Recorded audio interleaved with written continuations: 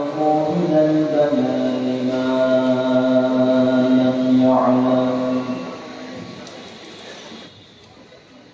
فسبحان الذي لا يحصى امتنانه باللسان ولا بالقلم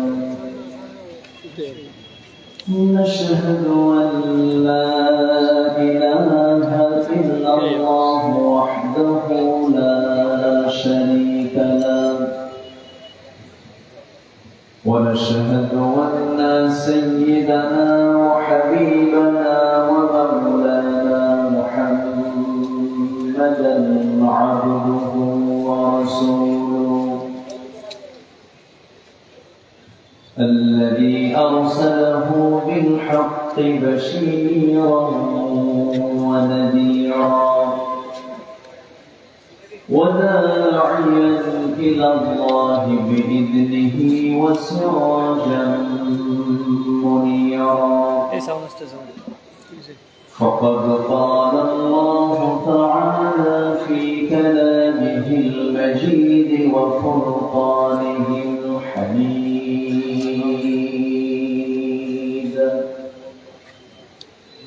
أعوذ بالله من الشيطان الرجيم بسم الله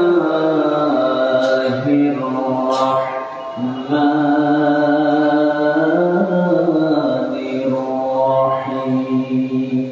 الرحيم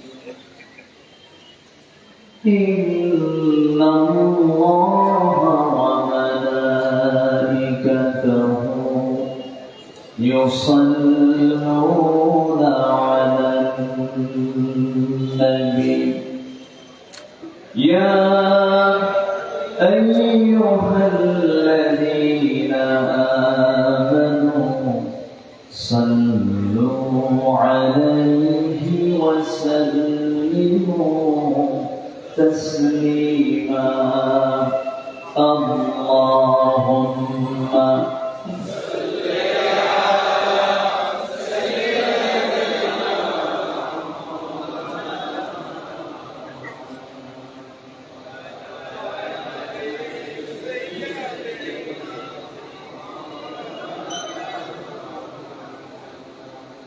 কিছু মহব্বত দিয়ে নবীর প্রেমে নতোয়ারা হয়ে জবান খুলে জোরালো কণ্ঠে সবাই বলুন আল্লাহুম্মা সাল্লি আলা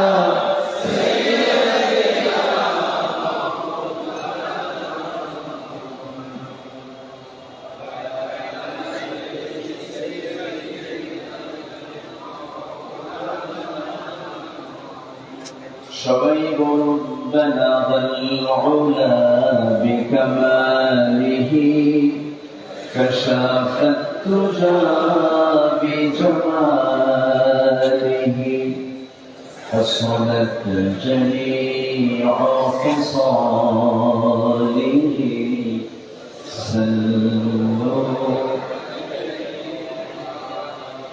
سراج الملة تمهي فخر دعانا بالباري مولاه شريف الأنبياء نسخا كل أديان ذره بلغ العلا بكماله كشف الدجى بجماله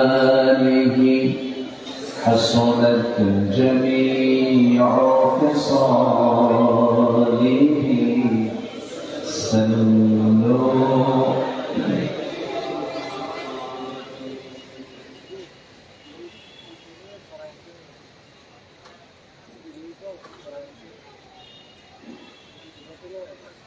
দেশের সর্ববৃহৎ সমুদ্র বন্দর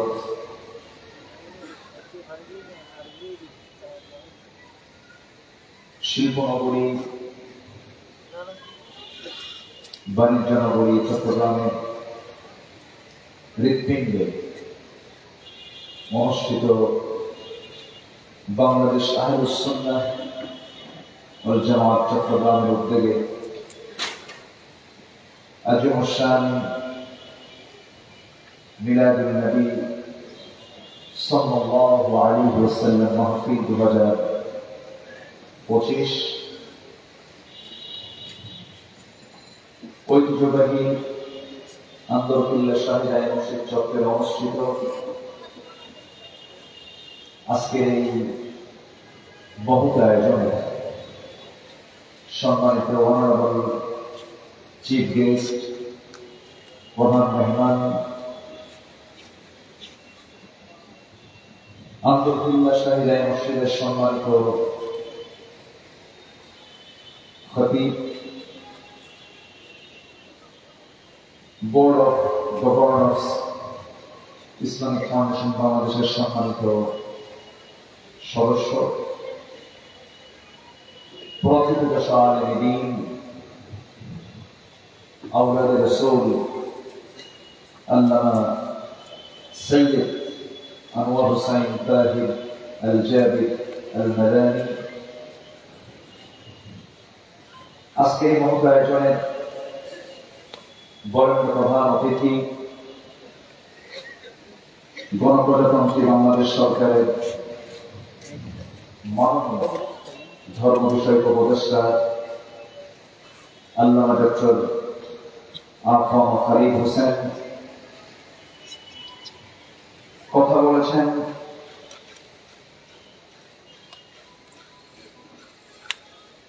আজকে মাহফিলে বরেণ্য অতিথিবৃন্দ, আজকের এই মহতি মাহফিলের সম্মানিত সুযোগ্য সভাপতি, বাইতুশ্বর আদর্শ কামিল মাদ্রাসার এক্স প্রিন্সিপাল, বাংলাদেশ আহলুস সুন্নাহ ওয়াল জামাত চট্টগ্রামের সম্মানিত সভাপতি, মুহতারাম প্রফেসর ডক্টর মাওলানা সৈয়দ মোহাম্মদ আবু নোমান হাফিজাহুল্লাহ,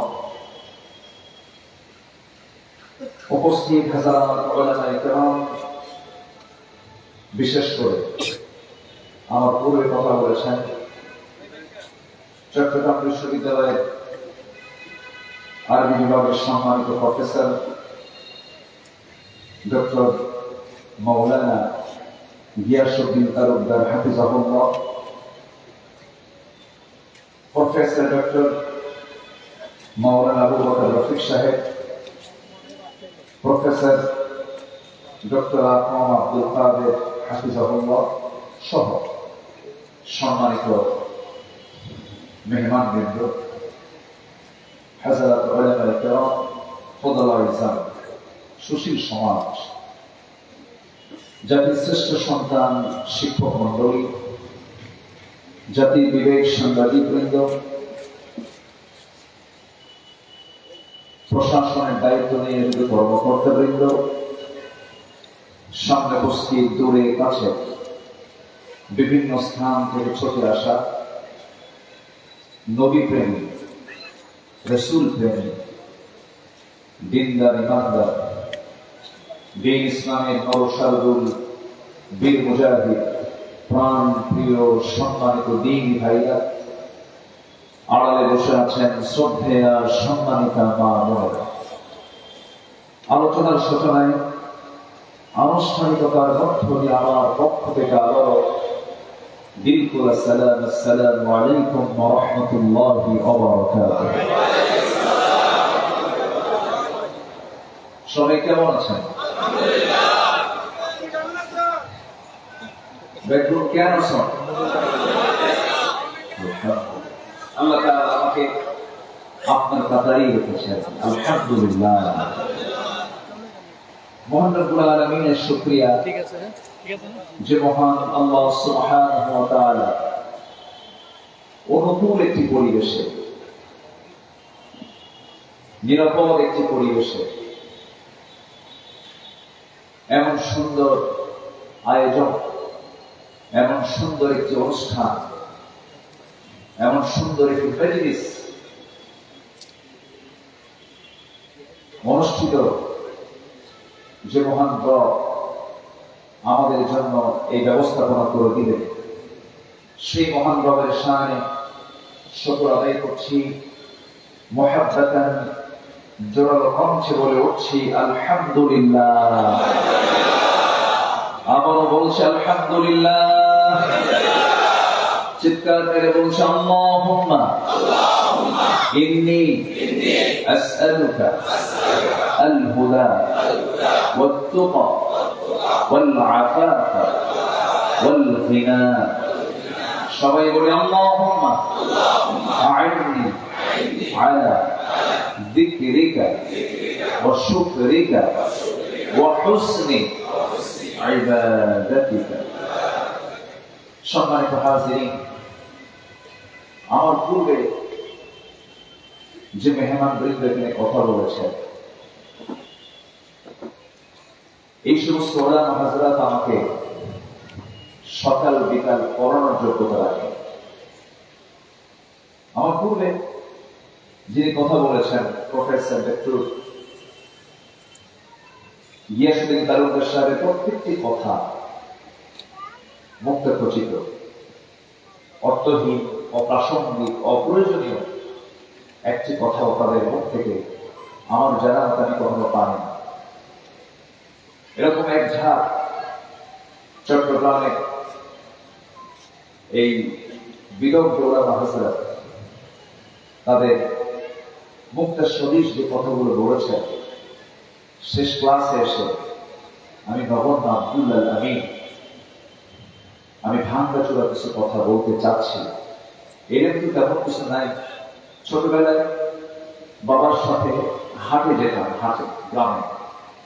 আগে তো ডিজিটাল মাপটা ছিল না, বাটখারা পাশে রাখতো, বাটখারাগুলো সাজিয়ে রাখতো, যেটা সবচেয়ে বড় ওজনের 5 কেজি এটা নিচে থাকতো, এরপরে 2 কেজি, এরপরে 1 কেজি, 1000 গ্রাম, 500 গ্রাম, এরপরে 200 গ্রাম, 100 গ্রাম, 50 গ্রাম, সবার উপর হলো 25 গ্রাম। তো 25 গ্রাম তো যদিও সবার উপরে, কিন্তু এটা ওজন শূন্য, ওজন খুব কম। আমি বললাম সেই 20 গ্রাম 25 গ্রাম ওজন শূন্য, এটা তেমন নাই। কিছু কথা বলতে চাচ্ছি, আমাকে সময় দেওয়া যাবে তো ইনশাআল্লাহ? আল্লাহ কবুল করুন। জোরে বলি আল্লাহুম্মা আমিন। আমার পাশে যিনি বসে আছেন, এক সময় স্বপ্ন দেখতাম এমন একজন ব্যক্তিত্ব সম্পন্ন মানুষের সঙ্গে সরাসরি কোনদিন সাক্ষাৎ করতে পারবে। ওনার হয়তো মনে নেই, ওনার সঙ্গে আল্লাহ তাআলা আমাকে মিলাই দিয়েছেন হারাম, মক্কার হারামে। মাগরিবের সালাত আমি আদায় করছি, দেখি আমার সামনে তিনি মাগরিবের সালাতে অংশগ্রহণ করেছে। সেখানে তার সঙ্গে আমার প্রথম দেখা। অত্যন্ত বিনয়ী মানুষ। আল্লাহ তুমি তার সকল খেদমতকে কবুল করে নাও। জোরে বলি আল্লাহুম্মা আমিন। আজকে এই প্রোগ্রামের যে সভাপতি মহোদয়, উনি আমাকে প্রথম দিন যেদিন ফোন দিলেন, আগে আমাকে বুঝতে পারিনি, এত বিনয়ী, এত সুন্দর করে নিবেদনমূলক ভাবে উনি মাহফিলের জন্য আমাকে বললেন। আমি লজ্জা পাচ্ছিলাম যে উনি এত বয়োজ্যেষ্ঠ একজন মানুষ, উনি বলা মাত্রই আমি দাওয়াতটা গ্রহণ করে নিয়েছি।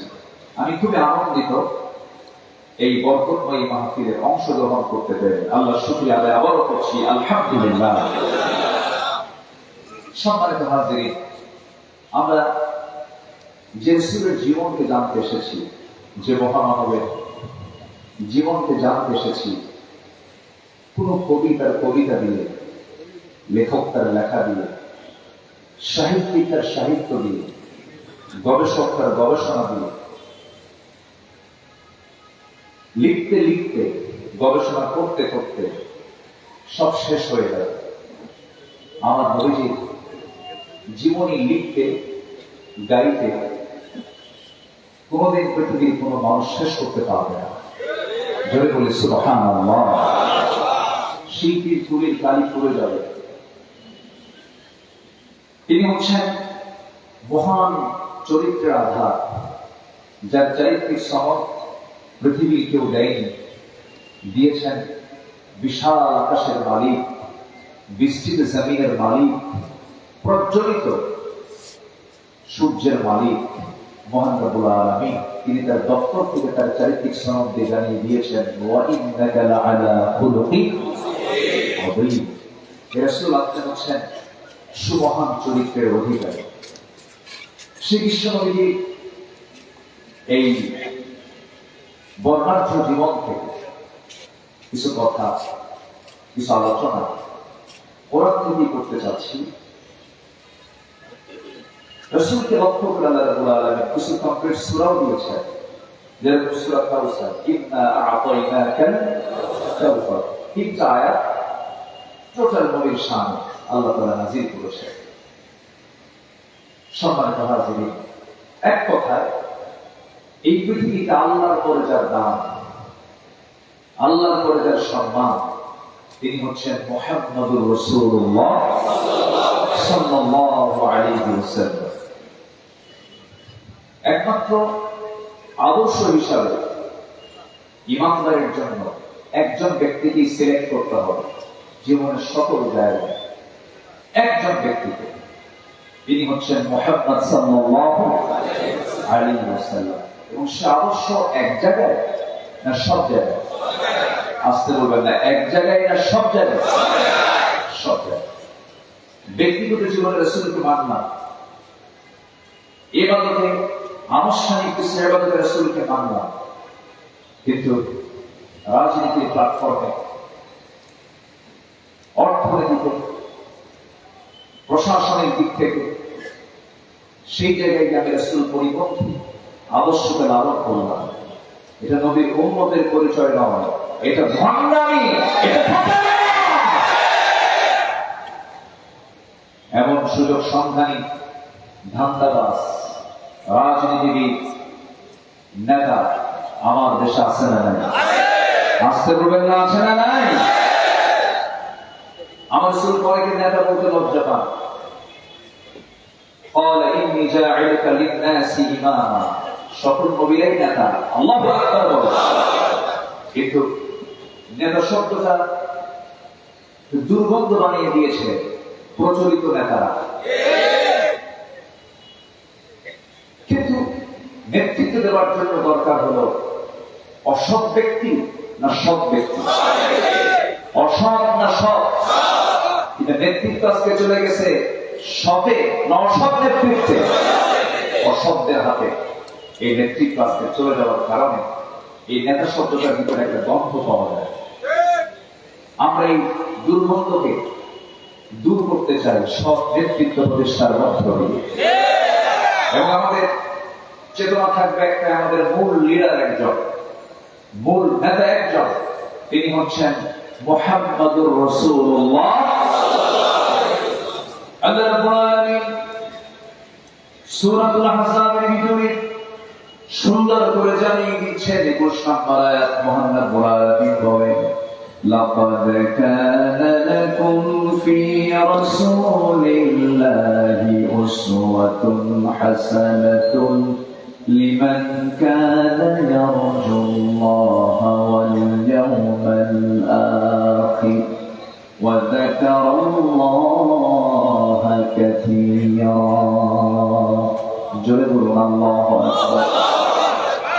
তোমাদের জন্য উত্তম আদর্শের বাস্তবতা উসওয়ায়ে হাসানা করে একজনকে দিয়েছি। তিনি হচ্ছেন কেউ নন, তিনি হচ্ছেন আমার নবী, আপনার নবী, নবীকুল শিরোমণি মুহাম্মদ সাল্লাল্লাহু আলাইহি ওয়াসাল্লাম। এই জায়গায় কাউকে ভাগ বসানো যাবে না। আমার প্রেরণা, আমার নেতৃত্বের জন্য আমি যাকে চুজ করব একজনই হবে, যার চারিত্রিক সনদ কে দিয়েছেন? আল্লাহ দিয়েছেন। সম্মানিত ভাই, সম্মানিত বন্ধুগণ, আমি সূরাতুল আহজাবের এই আয়াতটা তেলাওয়াতের মধ্য দিয়ে সেখান থেকে কিছু কথা বলতে চাচ্ছি, এবং সাথে আমি যে পয়েন্টে কথা বলতে চাই, রাসূল সাল্লাল্লাহু আলাইহি সাল্লাম এর আদর্শে আখিরাতের পথ ও পাথর এই বিষয়ে আমি কিছু কথা বলতে চাচ্ছি। 10টি পয়েন্টে যতটুকু পারা যায় অল্প সময়ের ভিতরে আল্লাহ তাআলা যেন আমার মুখ থেকে সেই কথাগুলো বের করে দেন যে কথাগুলো মুসলিম উম্মার জন্য এই মুহূর্তে দারুণ প্রয়োজন। জোরে বলি আল্লাহুম্মা আমিন। আরো বলি আল্লাহুম্মা আমিন। সম্মানিত ভাইরা, আমরা যদিও ভাবছি আমরা নিরাপদে আছি, 55,000 বর্গ মাইলের এই সোনার বাংলা, আমরা এক বছর যে চিত্র দেখতে পাচ্ছি হয়তো মনে হচ্ছে আমরা নিরাপদে আছি, এর মাঝেও ওই বাম নামেরা কিন্তু বসে নেয়। তাদের মিথ্যাচারিতা, তাদের ষড়যন্ত্র, তাদের কটু চক্রান্ত তারা কিন্তু চালিয়ে যাচ্ছে। আজকে দেখতে পেলাম ভিগেরন্দিসায় 22 জন ছাত্রীকে হেজাব পরাকে অপরাধ মনে করে বের করে দেওয়া হয়েছে। হবিগঞ্জে 3 পুলিশ দাঁড়িয়ে রাখার কারণে এটাকে অপরাধ সাব্যস্ত করে তাদেরকে দাড়ি কাটতে বাধ্য করার জন্য চাপ দেওয়া হচ্ছে। একটি নিউজ আজকে দেখতে পেলাম।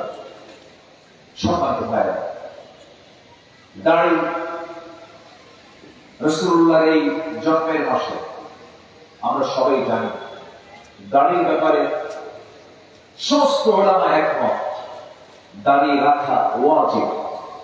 দাড়ি রাখা কি বলেন? কাটা ছাটা হারাম। শুধু এটা আমার রাসূল সাল্লাল্লাহু আলাইহি ওয়াসাল্লামের সুন্নাত নয়, সুন্নাতুল আম্বিয়া, সকল নবীর সুন্নাত এটা। সেই দাড়ি রাখার জন্য ব্যক্তি থেকে পারমিশন লাগবে। গোটা পৃথিবীর দ্বিতীয় বৃহত্তম মুসলিম জনপদ বাংলাদেশে এমন আইন থাকবে, এমন আইনকে আমরা মানি না। সম্মানিত ভাই, সম্মানিত বন্ধুগণ, হিজাবের ব্যাপারে, পর্দার ব্যাপারে আল্লাহর হুকুম হলো এটা সুন্নাহ না ফরজ? বলেন সুন্নাহ না ফরজ? ফরজ। যে কর্তৃপক্ষ এই 22 জন শিক্ষার্থী হেজাব পরাকে অপরাধ সাব্যস্ত করে প্রতিষ্ঠান থেকে বের করে দিয়েছে, ওদের চূড়ান্ত দৃষ্টান্তমূলক শাস্তি নিশ্চিত করে সবাই দাবি। সম্মানিত হাজির, এরকম বাতিল শক্তিরা বিভিন্ন দিক থেকে নানা ষড়যন্ত্র চালিয়ে যাচ্ছে। আমাদের সতর্ক থাকার দরকার আছে না নাই? আমাদের কাজ আছে, আমাদের ডিউটি আছে। আল্লাহ রাব্বুল আলামিন বলেন, তাআওয়ানু আলাল বিররি ওয়াত তাকওয়া ওয়া লা তাআওয়ানু আলাল ইসমি ওয়াল উদওয়ান। আল্লাহ রাব্বুল আলামিন আরেক জায়গায় বলেন, ওয়াল তাকুম মিনকুম উম্মাতুন ইয়াদউনা ইলাল খায়রি ওয়া ইয়া'মুরুনা বিল মা'রুফ ওয়া ইয়ানহাউনা আনিল মুনকার। তোমাদের বিপরীত এমন একটা দল থাকা দরকার যে দল মানুষকে সৎ কাজের আদেশ দেবে, অসৎ কাজের বাধা দেবে। এমন একটা দল অবশ্যই থাকা দরকার। এই কথাটা দল দুই প্রকার, দুটা দল। একটা হচ্ছে কার দল? আরো যদি বলেন কার দল? আরেকটা দল কার? আমার দেশে দল কয়টা?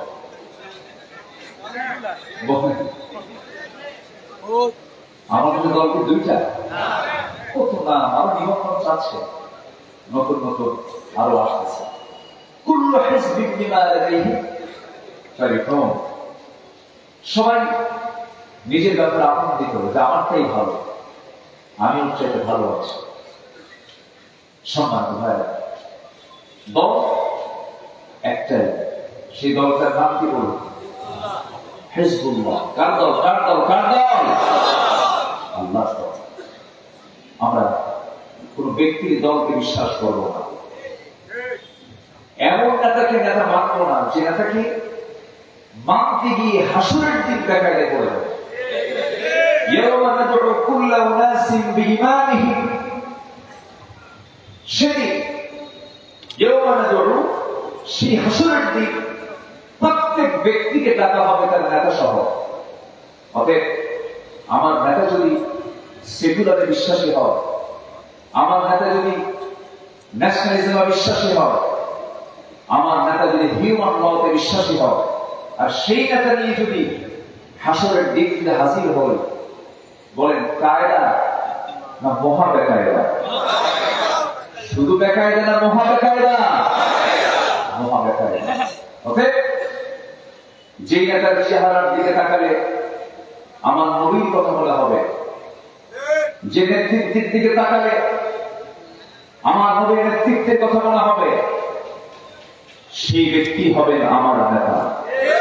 কোন চাঁদাবাজ সন্ত্রাসী আমার নেতা হতে পারে না।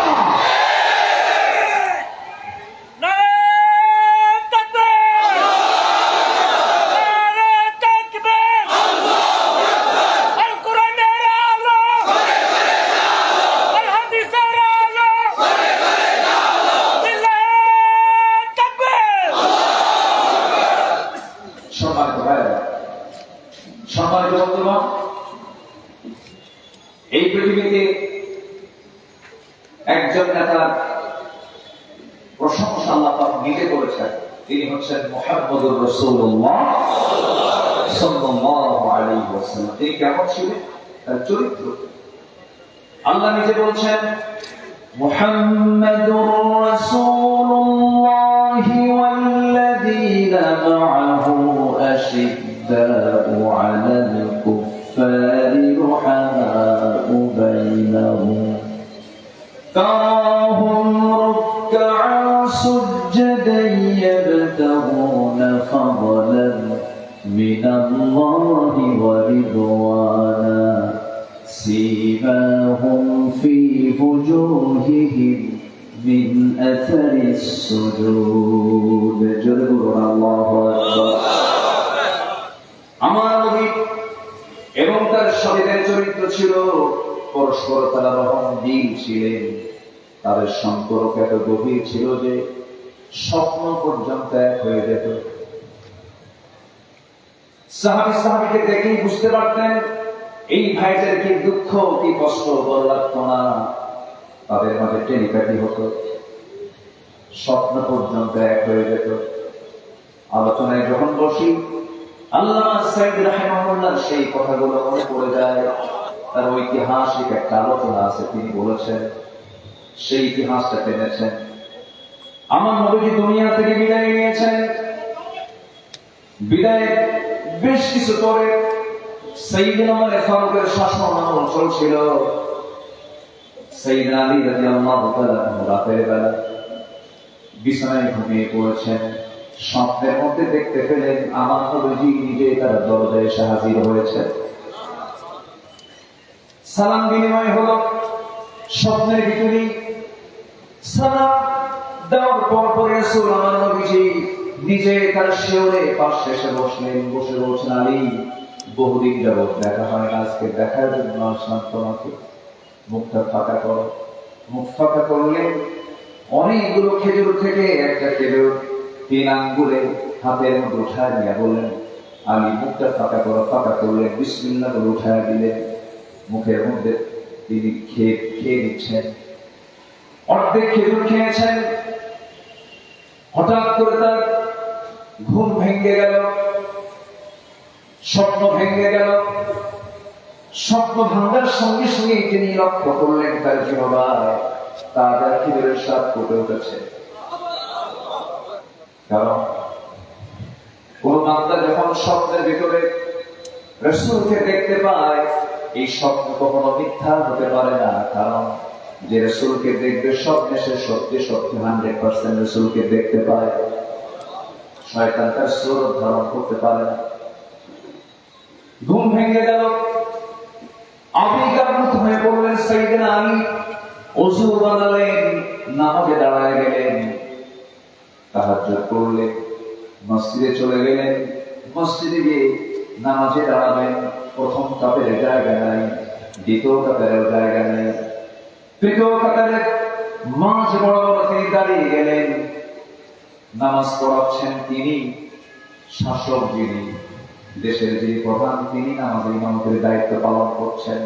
এমন চিত্র বাংলাদেশ শাসক এমনটা কি চান? সবাই কি চান? আল্লাহ কবুল করুন, জোরে বলি আমিন। সাইয়েদনা ওমর ফারুক রাদিয়াল্লাহু তাআলা আনহু নামাজে দাঁড়িয়ে গেছেন। নামাজ শুরু হয়ে গেছে, সালাম ফিরেছেন। আল-আযকারু মা'আস সালাহ, নামাজের পরে কিছু জিকির আজকার থাকে, সেই দিন তিনি এটাকে শর্ট করলেন। সাইয়েদনা ওমর ফারুক রাদিয়াল্লাহু আনহু আস্তে করে দাঁড়ায় গেলেন। কিছু খেজুর হাদিয়ে নিয়ে আসছে একজন, টোপলাটা কাউকে না দিয়ে তিনি নিজের হাতে নিলেন। প্রথম কাতারে সবার হাতে হাতে 2টা-3টা করে খেজুর দিলেন। দ্বিতীয় কাতারেও তাই করলেন। দ্বিতীয় কাতারে সবার হাতে 2টা-3টা করে খেজুর দিয়ে যাচ্ছেন। কিন্তু সেই নারীর সামনে যখন এসে দাঁড়ালেন, অনেকগুলো খেজুর থেকে একটা খেজুর 3 আঙ্গুলে তুলে নিয়ে বলছেন, আলী মুখটা ফাঁকা করো, মুখটা ফাঁকা করো। সাইয়েদনা আলী মুখ ফাঁকা করলেন, একটা খেজুর দেওয়া হলো। সাইয়েদনা আলী বলছেন, আমিরুল মুমিনিন, আরো খেজুর ছিল, আমার আগের জনকে 2-3টা করে খেজুর দিলেন, আপনি আমাকে একটা খেজুর, তবু আপনি আমার মুখে তুলে দিলেন, হেতুটাকে কারণটা কি? সাইয়েদনা ওমর ফারুক কেঁদে কেঁদে বলছেন, আলী গত রাতে যদি রাসূল তোমাকে একটা এসে 2টা খেজুর খাওয়াই দিতেন, আমি তোমাকে 2টাই খাওয়াই দিতাম। والذين معه أشداء على الكفار رحماء بينهم, সেই রহমত কোথায়? সেই রহমত দিন, করুণা, মায়া কোথায়? ফুল আজকে প্লাস্টিক হয়ে গেছে, মানুষের ভালোবাসা প্লাস্টিক হয়ে গেছে। ভালোবাসার কোনো গন্ধ নাই, ফুলের গন্ধ নাই, ভালোবাসার গন্ধ। মানুষ কাঁদে না, মানুষের দিলটা এত শক্ত হয়ে গেছে, কান্না নাই, কাঁদে না। বলুন তো আপনি, আমি আমাকে প্রশ্ন করি, কতদিন আগে আমি নিজে নবীজির মহব্বতে কেঁদেছি, আমি কতদিন আগে আমি আল্লাহর ভয়ে কেঁদেছি, মনে আছে কিনা হয়তো অনেকের মনেই নাই। অথচ আমার নবীজির এমন কোন রাত নাই যে রাতে চোখের পানিতে যায় নামাজ ভিজত না, দুপুরে দুপুরে কাঁদতেন। সাহাবে কেরামের নামাজের ভিতরে কান্না রোল করে যেত, কি পরিমাণ তাদের কান্না চোখে ছিল। আমাদের আয়েশা সিদ্দিকা রাদিয়াল্লাহু তাআলা একদিন রাসূলকে লক্ষ্য করে বলছেন, ইয়া রাসূলুল্লাহ, আমি আপনার কাছে আজকে একটু বিনীত আরজ করব। কি আরজ করবে? আয়েশা বলো, ইয়া রাসূলুল্লাহ, আপনি আমার জন্য একটু দোয়া করুন। আমার নবীজি হাত চমচে করে দোয়া করছেন, আল্লাহ তাআলা আমার আয়েশা আগের পরের সমস্ত গুনাহগুলোকে তুমি আল্লাহ মাফ করে দাও। আমার নবীজি বলছেন, আয়েশা যে দোয়াটা করলাম তুমি খুশি হয়েছো নাকি? তিনি আবেগ আপ্লুত হয়ে বলছেন, ইয়া রাসূলুল্লাহ, এত শ্রেষ্ঠ দোয়ার পরে কি কেউ অসন্তুষ্ট থাকে নাকি? আমি খুব খুশি হয়েছি। আমার রাসূল বলছেন, আয়েশা রে, এই দোয়া শুধু আমি তোমার জন্য করি না, আমি প্রত্যেকটা দিন আমার উম্মতের জন্য এমন দোয়াই করে থাকি। আমার সেই নবীর জন্য আমরা কতদিন কাঁদলাম, কয়েকদিন আমরা তাকে স্মরণ করলাম, আমরা তার নামটা, তার দরুদটা আমরা কতদিন পড়লাম, দিল থেকে এটাকে আয়ত্ত করলাম, দিলে রক্ত করলাম। সম্মানিত ভাই, এই প্রশ্নগুলো নিজের নাফসকে করার দরকার। জোরে বলবেন আছে না নাই? রাসূলকে ভালোবাসা ইমানের দাবি, নবীর আনুগত্য যে ইমানের দাবি, এটা খুব কম আয়াত। এই আয়াতটা সবার জানা দরকার। আমার বিশ্বাস এখানে সবাই জানে। চট্টগ্রাম তো সচেতন মানুষ, আপনাদের ভাষার মধ্যে আরবি অনেক ঢুকে গেছে। বলি আলহামদুলিল্লাহ, যেরকম বলে হিন্দি বলিও, হিন্দি মানে আমার কাছে এই আরবি ঢুকে গেছে। আল্লাহ রাব্বুল আলামিন বলেন, যারা পারেন সব মিলিয়ে বলুন, কুল ইন কুনতুম তুহিব্বুনাল্লাহা ফাত্তাবিউনি ইউহিব্বুকুমুল্লাহ ওয়া ইয়াগফির লাকুম যুনুবাকুম ওয়াল্লাহু গফুরুর রহিম। কি মুহাম্মদ से वफा तूने तो हम तेरे है, ये जहां चीज है क्या लौह कलम तेरे है। মুহাম্মদকে যদি ভালোবাসো, ভালোবাসা পাবে আমার লৌহ কলম রূপে তোমরা। মাটির পৃথিবী সেকন ছাড়, দুনিয়াও পাবে, আখিরাত পাবে। নিজের জীবনের চাইতে রাসূলকে বেশি মহব্বত করতে হবে। আল্লাহ কবুল করুন। জোরে বলি আমিন। আরো জোরে বলি আমিন। রাসূল সাল্লাল্লাহু আলাইহি সাল্লামের আদর্শ আখিরাতের পথ ও পাথ। এর এক নম্বর বিষয় হচ্ছে, এক নম্বর পয়েন্ট হচ্ছে তাওহীদের পথে দৃঢ়তা এবং একনিষ্ঠতা। কোন ক্রমে নিজকে কুফরিতে, শিরকের দিকে ধাবিত করা যাবে না, বেদাতের দিকে ধাবিত করা যাবে না, জুলমের দিকে নিজেকে জড়ানো যাবে না। তাওহীদের পথে দৃঢ়চেতা হয়ে থাকতে হবে, একনিষ্ঠ হয়ে থাকতে হবে। আমার নবীজি শেষ জীবনে কিছু দাড়ি পাকতেছিল, সেই দাড়িগুলো ধরে ধরে আপনাদের আয়েশা সিদ্দিকা বলছেন, ইয়া রাসূলুল্লাহ, আপনার দাড়ি তো পাকতেছে, আপনি তো বুড়ো হয়ে যাচ্ছেন। আমার নবীজি কাদা কাদা বলছেন, আয়েশা রে, আমি বুড়ো হয়ে যাচ্ছি, আমার চুলগুলো পেকে পেকে যাচ্ছে। আয়েশা একটা আয়াত আমাকে বুড়া বানায় দিয়েছে। সে আয়াতটা হলো, ফাস্তাকিম কামা উমিরতা ওয়া মান তাবা মা'আক ওয়া লা তাতগাউ ইন্নাহু বিমা তা'মালুনা বাসীর। জোরে বলুন আল্লাহু আকবার। সূরা হুদ 112 নম্বর আয়াত। হে রাসূল, আপনাকে যেভাবে আদেশ করা হয়েছে আপনি তার উপর অটল থাকুন, অবিচল থাকুন। আয়েশা, এই আয়াতটা আমাকে বুড়া করে ছাড়িয়েছে। খুব পেরেশান থেকে আয়াতটা যখন মনে করি। আমার বন্ধুগণ, ঈমান তো এনেছি আমরা, ঈমানটাকে টিকে রাখতে হবে। আল্লাহ রাব্বুল আলামিন সুন্দর করে বান্দাকে ঈমান টিকে রাখার জন্য সতর্ক করে জানিয়ে দিচ্ছেন। যারা পারেন ছোট মিলিয়ে বলুন, ইন্নাল্লাযীনা ক্বালু রাব্বুনাল্লাহু সুম্মা ইসতাকামু تتنزل عليهم الملائكة ألا تخافوا ولا تحزنوا وأبشروا بالجنة التي كنتم توعدون. جل الله أكبر. حمد الشهداء بجلال رب العالمين بغين جل إيمان نشهد جل بلما رب الله এবং এর উপরে টিকে থাকলো তাদের জন্যই জান্নাতের ওয়াদা করেছেন। তিনি আমার কে? আসতে বলবেন না, তিনি আমার কে? এখানে ঈমান এনেছি, ঈমানের উপর আমরা টিকে থাকবো।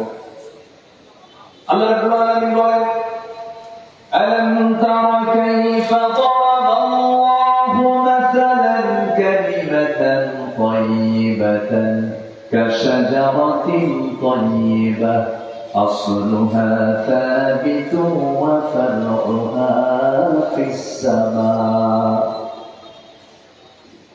কালিমা তাইয়্যিবা হলো মজবুত একটা বৃক্ষের সঙ্গে আল্লাহ পাক তুলনা করেছেন। খেজুর গাছ হাজারো ঝড়, হাজারো সাইক্লোনে যেমন খেজুর গাছ এক পায়ে দাঁড়িয়ে থাকে, কারণ তার শেকড়টা খুব গভীরে। আল্লাহ রাব্বুল আলামিন খেজুর গাছটার শেকড় অনেক গভীরে রেখেছেন। ডালপালাগুলো সব অনেক মজবুত করে দিয়েছে। অন্যান্য ডালপালাগুলো, অন্যান্য গাছগুলো ঝরে যায়, উপরে যায়, খেজুর গাছ এক পায়ে দাঁড়িয়ে থাকে।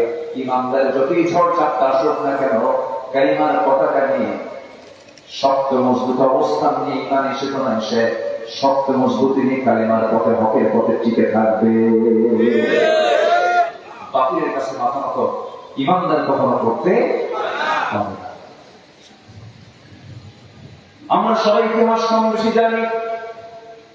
আমার নবীর জীবনে 3.5 বছর বড় কষ্টের ছিল। মক্কি জিন্দেগির ঘটনা। সাইয়েদনা আমির হামজা রাদিয়াল্লাহু আনহু যখন ইসলাম কবুল করলেন, আবু জেহেলের মাথা খারাপ হয়ে গেল। আবু জেহেল এসে বলল, আবু তালেব, তোমার ভাতিজাকে আমার হাতে তুলে দাও। এত বড় অপরাধ করে যাচ্ছে, তুমি কিছুই বলো না। আমির হামজা ইসলাম গ্রহণের পর আবু জেহেলের মাথা খারাপ হয়ে গেছে।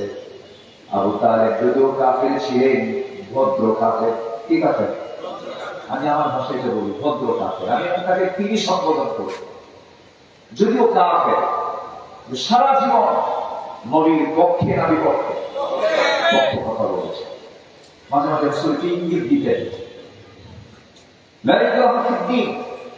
দিনের ব্যাপারে যখন জবরদস্তি নিয়ে মাঝে মাঝে বলতেন, চাচা ভাষা শিখেলেন আপনি, ব্যবসা শিখেলেন আপনি, বিয়ে করেলেন আপনি, বিদেশ সফর শিখেলেন আপনি, আমি আপনার ঘরের মানুষ, সবাই ইসলাম কবুল করে, চাচা একটা বার কি কালিমা পড়া যায় না? আবু তালেব বলেন, মুহাম্মদ, আমি কি বুঝি না তুমি ভালো মানুষ, তুমি নবী, সন্দেহ নেই, লা শাক্কা ফি, আল্লাহর নবী। আমি আমার পরিবারের টুকরা জাফর এবং আলী থেকে এই জন্যই তোমার হাতে তুলে দিয়েছি। আমি যদি পছন্দ না করতাম, আমি কি আমার দুটো ছেলেকে তোমার হাতে তুলে দিতাম? রাসূল বললেন, চাচা লাহা মা কাসাবাত ওয়া লাকুম মা কাসাবতুম, সে যা অর্জন করেছে তার, আর আপনি যা অর্জন করবেন আপনি আপনার। আপনার আমল নামা নিয়ে আপনাকে জান্নাতে যেতে হবে, কারো আমল নামা নিয়ে আপনি জান্নাত পাবেন না। হাসবুনা, তিনি বলেন আমার জন্য যথেষ্ট, আমার বাপ-দাদা যা করে গেছে এটা আমার জন্য যথেষ্ট।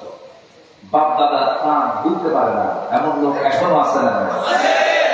বাপ-দাদারা চোরের দল করছে, এও চোরের দল করছে, আছে না? শুধু চুরি না, বড় চুরি, শুধু পুকুর চুরি না, সদর চুরি। একজন ব্যক্তি পৃথিবীর ইতিহাসে এমন নয়, একজন ব্যক্তির দ্বারা যে টাকা বাইরে পাচার হয়েছে এমন রেকর্ড বাংলাদেশ ছাড়া নয়। ইশারা করে দিলে বুঝেন, সব ব্যাংক খায় শেষ করছে, সবকিছু শেষ করে আজকে তারা দেশে নাই। আল্লাহ বলছেন,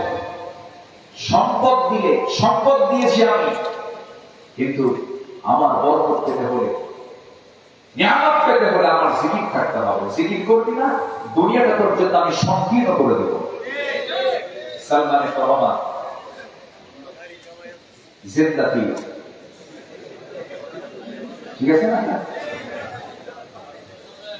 লজ্জা শরম নাই, আল্লাহকে উলঙ্গ করেছে, আলেমদেরকে বেইজ্জত করার চেষ্টা করেছিল, আল্লাহদেরকে ন্যায়টা করে বিদায় করেছেন। টাকা পয়সা লাভ কি? ঘরে ঘরে তার ওষুধ কাউন্টারের নাফা, প্যারাসিটামল অনেকের নাম জানি না, কি খাও? নাফা। এই বেক্সিটো গ্রুপের মালিক, তাকে একটা অভাব আছে? সিট হয়ে পড়ে আছে যেখানে। আল্লাহ বলছেন, ওমান আ'রাদা আন যিকরি ফাইন্না লাহু মাঈশাতান দানকা ওয়া নাহশুরুহু ইয়াওমাল কিয়ামাতি আ'মা।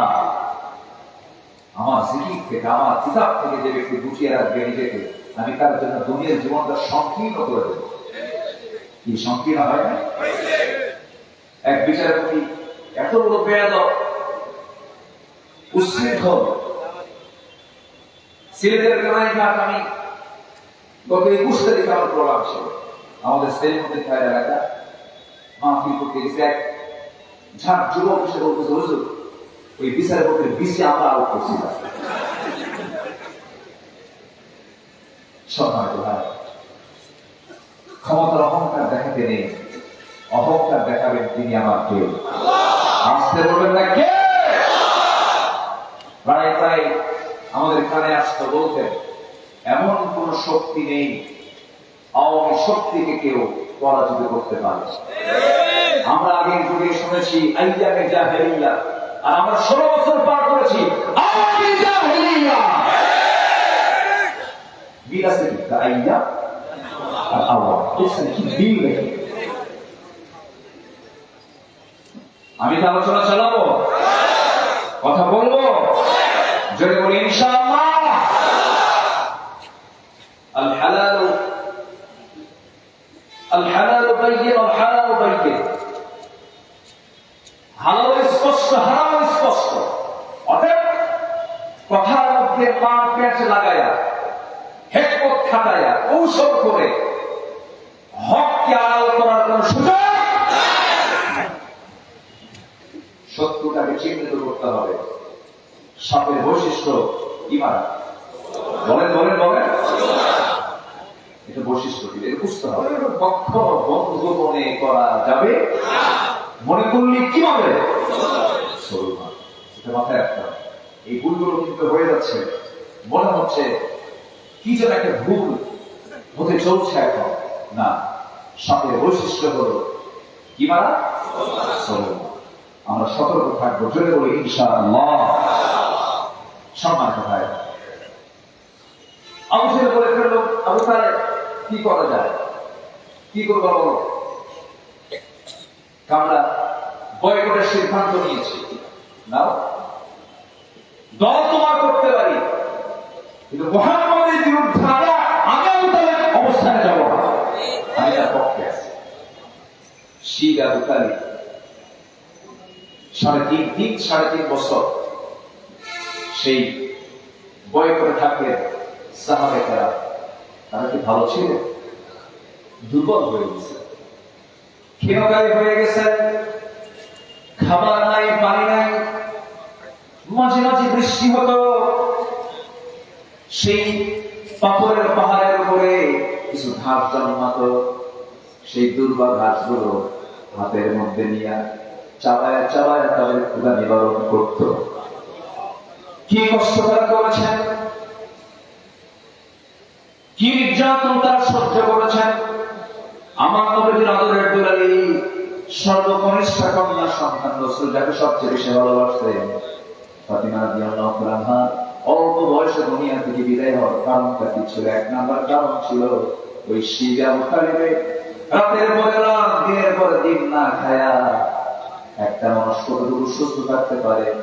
এই 3.5 বছর যে কষ্ট করেছেন তার প্রতিক্রিয়া হলো অল্প বয়সেই তিনি দুনিয়া থেকে বিদায় নিয়েছেন। আমার নবীজি প্রিয় সাহাবীরা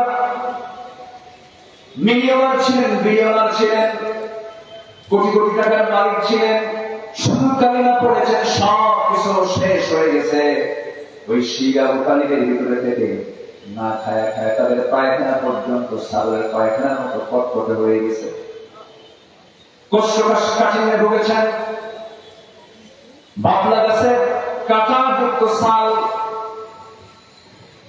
ছিঁড়ে সেই কাঁটাযুক্ত সালগুলো হাতের মধ্যে নিয়ে চাপাতে নিয়ে ক্ষুধা নিবারণ করতে গিয়ে সেই সাল মুখের মধ্যে নিতে গিয়ে চট করে সেই বাবলা গাছের কাঁটা জিহ্বার মধ্যে ঢুকে, ঠোঁটের মধ্যে ঢুকে ফিনকি দিয়ে রক্ত বের হওয়া শুরু হয়ে গেছে। এই দর্শক যন্ত্রণা, এই দর্শক কষ্ট, সব যন্ত্রণা, সব কষ্ট স্বীকার করে নিয়েছেন। একমাত্র কারণ হলো আমরা আমাদের রব বলেছেন আল্লাহকে এর উপর আমাকে যেমন পরিভোগ টিকে থাকতে হবে, তাওহীদের পথে অবিচল থাকতে হবে, দৃঢ়তা নিয়ে থাকতে হবে, একনিষ্ঠতা নিয়ে থাকতে হবে। এটা হচ্ছে 1 নাম্বার দিক। সম্মানিত ভাইরা, নাম্বার 2 হলো আখলাকের পরিপূর্ণতা খুঁজবো একজন ব্যক্তির মধ্যে, তিনি হচ্ছেন মুহাম্মদ সাল্লাল্লাহু আলাইহি ওয়াসাল্লাম। যদি আয়াতটা আগে পড়েছি, আবার বলছি, নুন ওয়াল কলামি ওয়া মা ইয়াসতুরুনা মা আনতা বিনি'মাতি রাব্বিকা বিমজনুন وإن لك لأجرا غير ممنون وإنك لعلى خلق عظيم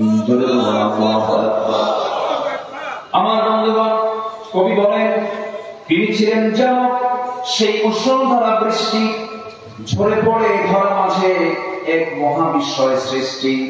তার বিন্দু অঞ্জলি সকল এক অপার মহাকীর্তি, জীবন মরু সিদ্ধ করে প্রশান্তি ধারার মহাদীপ্তি। আমার নবী কোন চরিত্রের দিকে যাও যুবকরা, যে নেতা তোমাকে নারী তুলে দেয়? কোন নেতার পেছনে দৌড়াও, যে নেতা তোমার হাতে ইয়াবা তুলে দেয়? কোন নেতার পেছনে দৌড়াও, যে নেতা তোমার হাতে অস্ত্র তুলে দেয়? সেই সমস্ত নেতৃত্বের মুখে আমরা জুতা মারি, ধুতো মারি।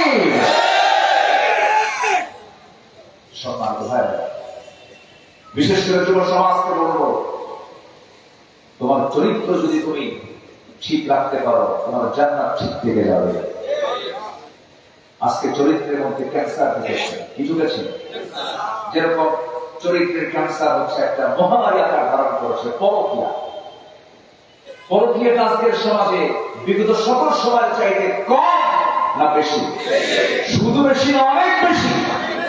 কার বউ নিয়ে কে শুয়ে থাকে চট্টগ্রাম আবাসিক হোটেলগুলো তালাশ করে খুঁজে পাওয়া যায়। নোংরামিগুলো চূড়ান্ত মাত্রা। এর মূল কারণ হচ্ছে একটাই, রাসূলের চারিত্রিক চর্চাটা নাই, সৎ নেতৃত্বের চরম সংকট। সম্মানিত ভাইরা, আমার নবী কেমন ছিলেন এটা নিয়ে যদি কথা বলতে যাই, ফুরাবে না সময়, বহু কথা। সময়ের তিরিশের ভিতরে একটা লম্বা হাদিস এসেছে। كان رسول الله صلى الله عليه وسلم دائم البشر سهل الخلق لين الجانب ليس بفظ ولا غليظ ولا سخاب ولا فحاش ولا عياب ولا مشاح يتغافل عما لا يشتهي ولا يؤيس منه راحيه ولا يخيب فيه قد ترك نفسه من ثلاث: المراء والإكثار وما لا يعنيه। আমার নবীজি ঝগড়া বিবাদ করতেন না, অহংকার করতেন না। আমার নবীজি তর্ক থেকে দূরে থাকতেন, অপ্রয়োজনীয় কথা থেকে দূরে থাকতেন। তিনি কেমন ছিলেন? সদা হাস্যোজ্জ্বল ছিলেন। কেমন ছিলেন? সরল স্বভাবের অধিকারী ছিলেন, কোমল হৃদয়ের অধিকারী ছিলেন। রূঢ় কঠিন কোন আচরণ তার মাধ্যম দিয়ে কখনো প্রকাশ পায় নাই। আমার নবী মজা করে কথা বলতেন, হাসি খুশি কথা বলতেন। পেটে খাবার ছিল না, কিন্তু মুখে হাসির অভাব ছিল না। হাস্যোজ্জ্বল চেহারা ছিল তার। মনক্ষুণ্ণতা নিয়ে কখনো থেকেছেন এমন কোন রেকর্ড তার জীবনে নাই।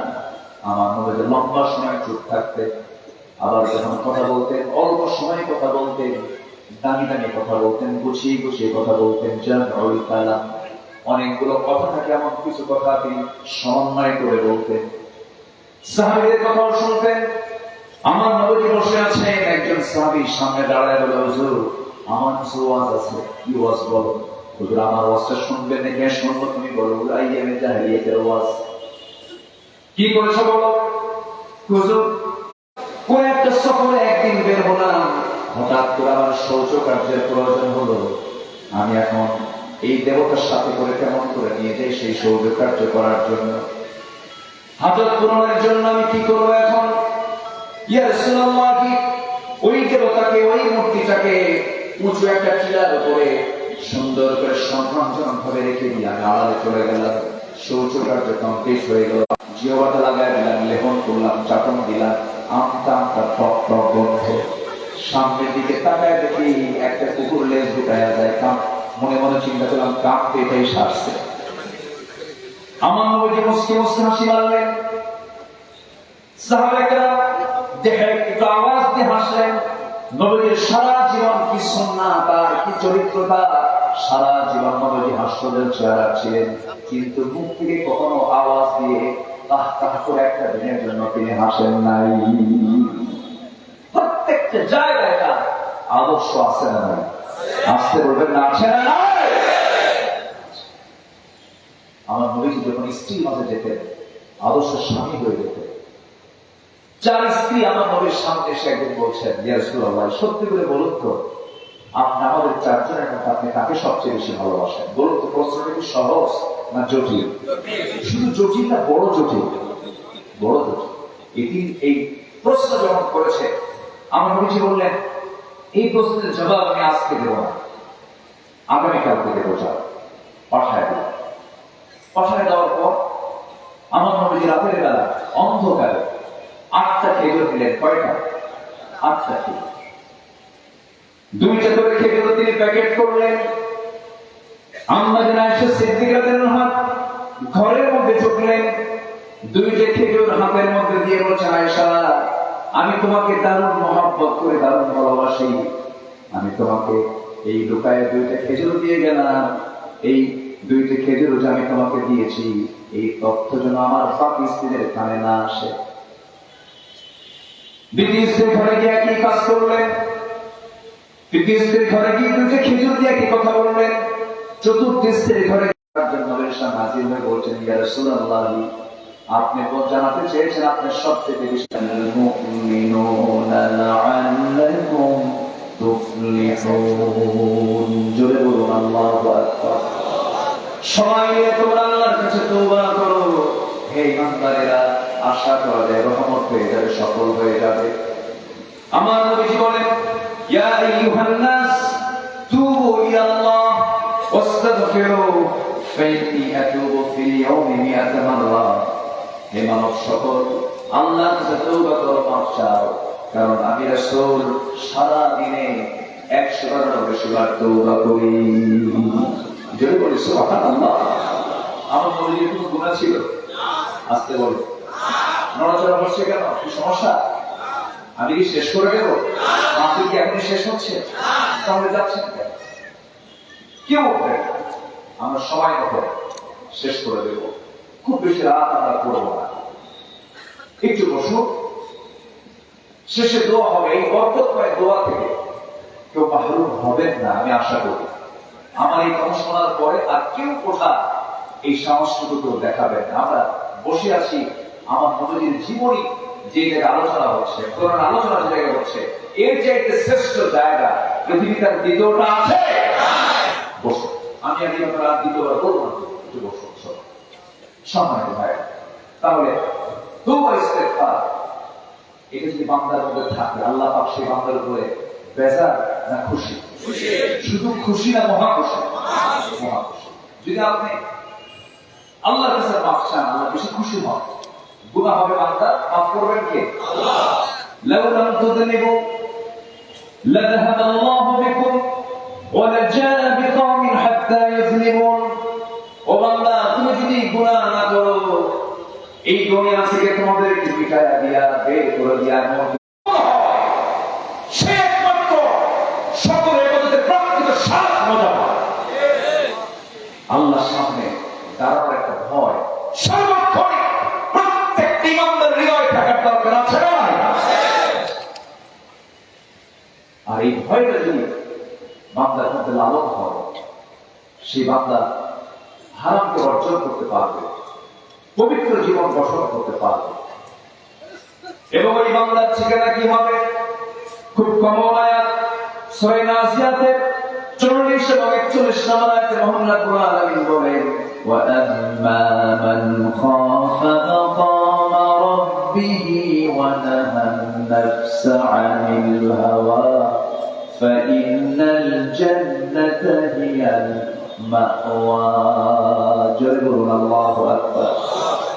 সাইয়্যিদনা ওমর ফারুক রাদিয়াল্লাহু তাআলা আনহুর নিকট দুধ হাদিয়া আসলো। গরিব একজন সাহাবী এসে বলছেন, আমিরুল মুমিনিন, আমি আপনার জন্য দুধটাকে সুন্দর করে প্রসেস করে রান্না করে সেমাই বানায় নিয়ে আসছি, আমি আপনাকে খাওয়াতে চাই। রাসূল বললেন, ওমর ফারুক বললেন, ঠিক আছে, আমি খুশি হলাম, দিয়ে দাও। তিনি প্রশ্ন করলেন না কোথা থেকে আসছে, খেয়ে ফেললে। খাওয়ার পরে তার মনে হলো, এইটা আমাকে দুধের খাবার দিয়ে গেল, দুধটা পাইল কোথায়?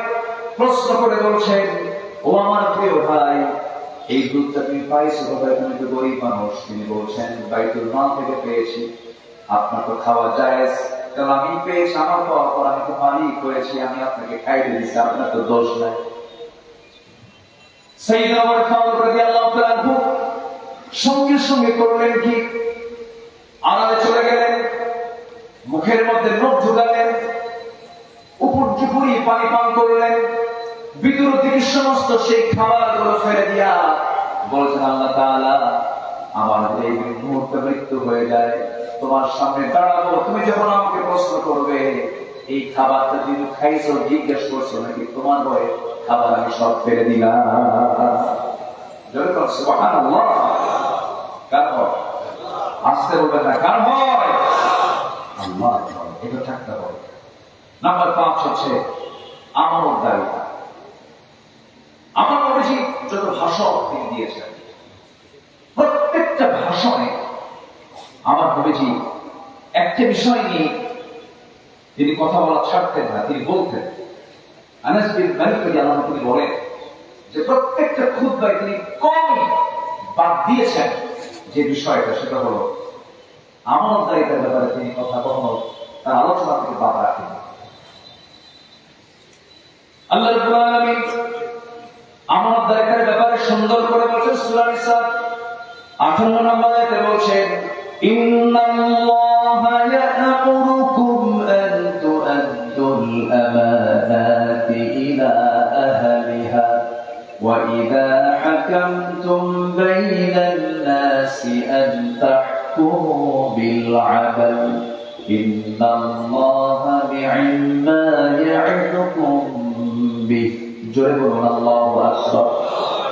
আল্লাহ পাক আরেক জায়গায় বলেন, ومن يخلل يأتي بما ضل يوم القيامة ثم توفى كل نفس ما كسبت وهم لا يظلمون। جل الله أكبر।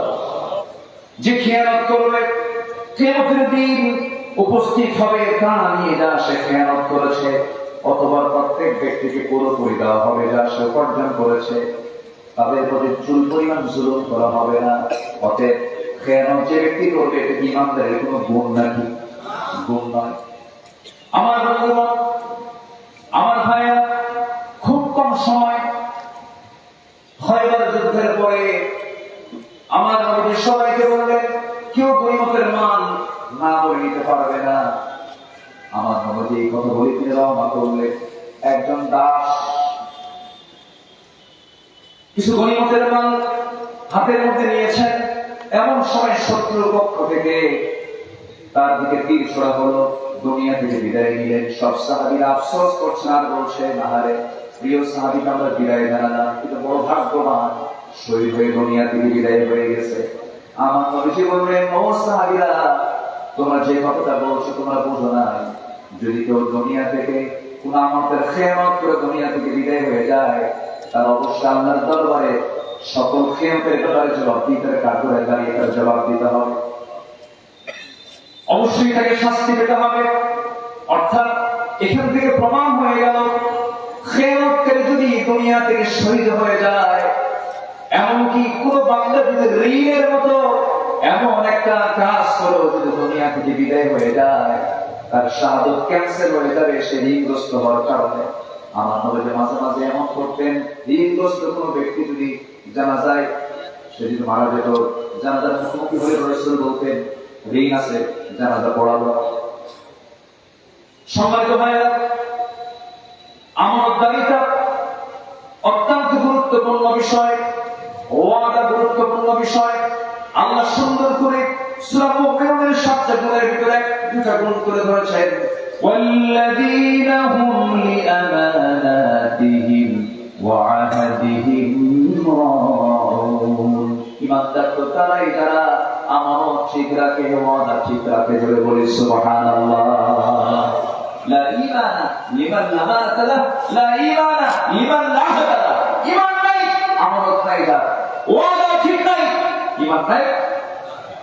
সম্মানিত ভাইরা, এই কথাটা রাসূল প্রায় বলতেন। সম্মানিত বন্ধুগণ, সাইয়েদনা ওমর ফারুকের শাসনামলে রাষ্ট্রের তহবিলের এক লক্ষ্য, সেই তহবিলের মধ্যে এক দিনার, একটা দিনার, শুধু একটা দিনার পাওয়া। সেই দিনারটা কি করবে? সাইয়েদনা ওমর ফারুকের একটা পুত্র সন্তানকে এক দিনার দিয়ে দিবে। ওমর ফারুক দেখেই বললেন, এই আমার পুত্র সন্তান পাইছো কোথায়? রক্ষক আমারে দিয়ে গেছে। এক দিনার হাতের মধ্যে নিয়ে ওই তহবিলের যে রক্ষক তাকে ডাক দিয়ে বললেন, তুমি দিনারটা পাইছো কোথায়? কে পড়েছিল এক দিনার মাত্র, ওটা আপনার ছেলেকে দিয়েছে। তিনি এক দিনার রক্ষককে দিয়ে বললেন, এক দিনার ওমরের ছেলে রক্ষক করবে, আর তুমি ভাবতেছো ওমর ফারুক কিয়ামতের দিন নাজাত পাবে? অসম্ভব।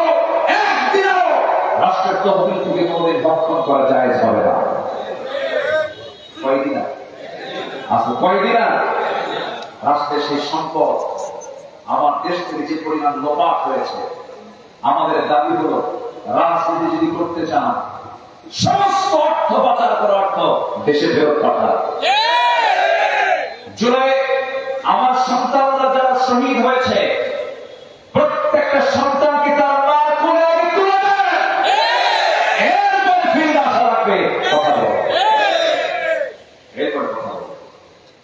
সম্মানিত ভাই, সাইয়েদনা ওমর ফারুক রাদিয়াল্লাহু আনহু বসে আছে, এক গভর্নর রিপোর্ট পেশ করবে রাতে রাতে, বাতি জ্বালিয়ে রেখেছেন সাইয়েদনা ওমর ফারুক রাদিয়াল্লাহু আনহু।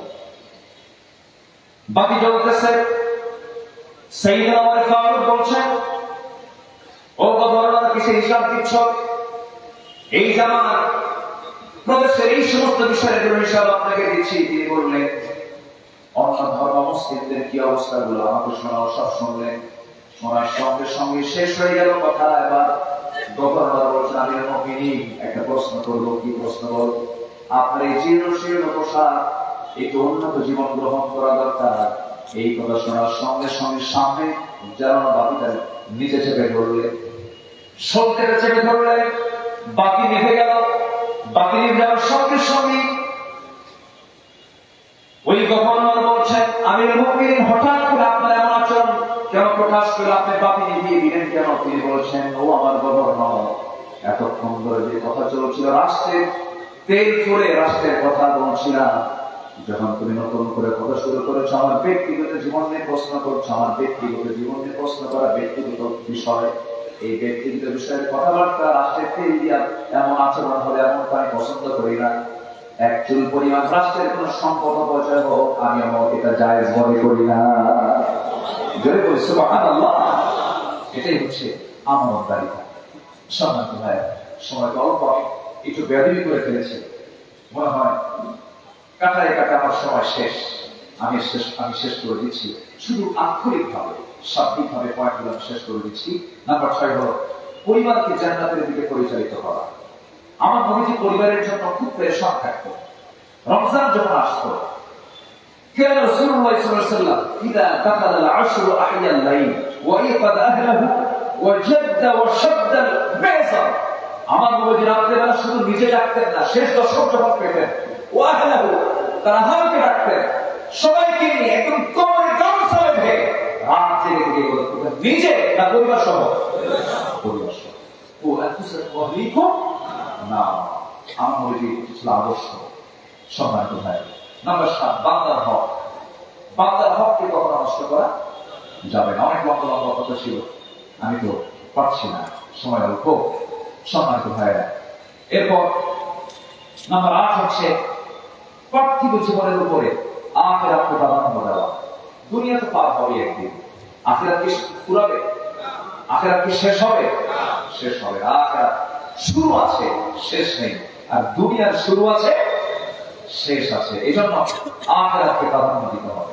আল্লামা ইকবাল সুন্দর করে একটা শ্লোকে একটা লাইন বলেছেন, हर कोई मस्त लाए ज़ौक़ तानसानी, हर कोई मस्त लाए ज़ौक़ तानसानी है, तुम मुसलमान हो ये अंदाज़ मुसलमानी है। প্রত্যেকে তোমাদের আজীবী রাশি মদের মতোয়ারা, তোমরা কি হে মুসলমান, আর এই কি তোমাদের মুসলমানের ধারা। তোমাদের যে চরিত্র, সাহাবায়ে কেরামের চরিত্রের মধ্যে বিশাল ফারাক এমন থাকা যাবে না। এই দুনিয়াকে প্রাধান্য না দিয়ে প্রাধান্য দেব আমরা দুনিয়া না ফেরা, দুনিয়া না ফেরা। আল্লাহ আখিরাতু খায়রুল লাকা মিনাল দুনিয়া। নাম্বার 9 এবং 10 একসঙ্গে পড়ছি। আমি 2 মিনিট ক্রস করেছি, সীমা অতিক্রম করে ফেলেছি, আমার আলোকের খেলাপ হয়ে যাচ্ছে। নাম্বার 9 এবং 10 একসাথে। সেই আয়াতটা, যে আয়াত হলো সূরা তাওবা 24 নম্বর আয়াত। আল্লাহ রাব্বুল আলামিন এখানে 8টা জিনিসের চাইতে বেশি প্রিয়, বেশি মহব্বত করতে বলেছেন আল্লাহ এবং তার রাসূলকে এবং জিহাদকে। জীবনের সকল কিছুর ঊর্ধ্বে আল্লাহ তার রাসূলকে প্রিয় হিসেবে গ্রহণ করতে হবে এবং জিহাদ ফি সাবিলিল্লাহকে বেশি প্রিয় মনে করতে হবে। কার কথা? আস্তে বলে না, কার কথা?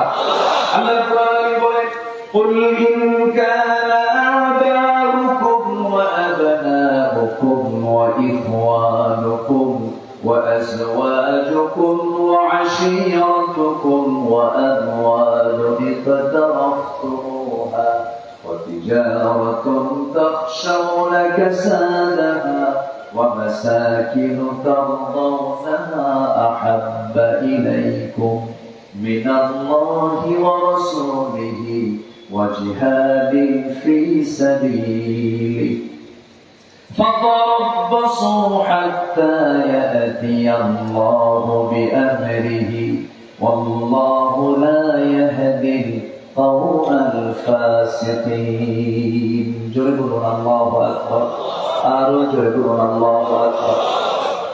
সকল কিছুর চাইতে আল্লাহ এবং রাসূলকে প্রাধান্য দিতে হবে, রাসূলকে মহব্বত করতে হবে, আল্লাহকে মহব্বত করতে হবে। কারণ ইমানদার তো তারাই, ওয়াল্লাযীনা আমানু আশাদ্দু হুব্বান লিল্লাহ। হাবিব বিন সাইদ রাদিয়াল্লাহু আনহু মুসাইলামাতুল কাযযাবের কাছে গ্রেফতার হয়ে গেলেন। মুসাইলামাতুল কাযযাব বলেছেন, আমার নবী মান। হাবিব বিন সাইদ বললেন, জীবন যাবে এমন আনুগত্য করবো না, তুই তো ভণ্ড, তুই তো নবী না, তুই তো ভণ্ড।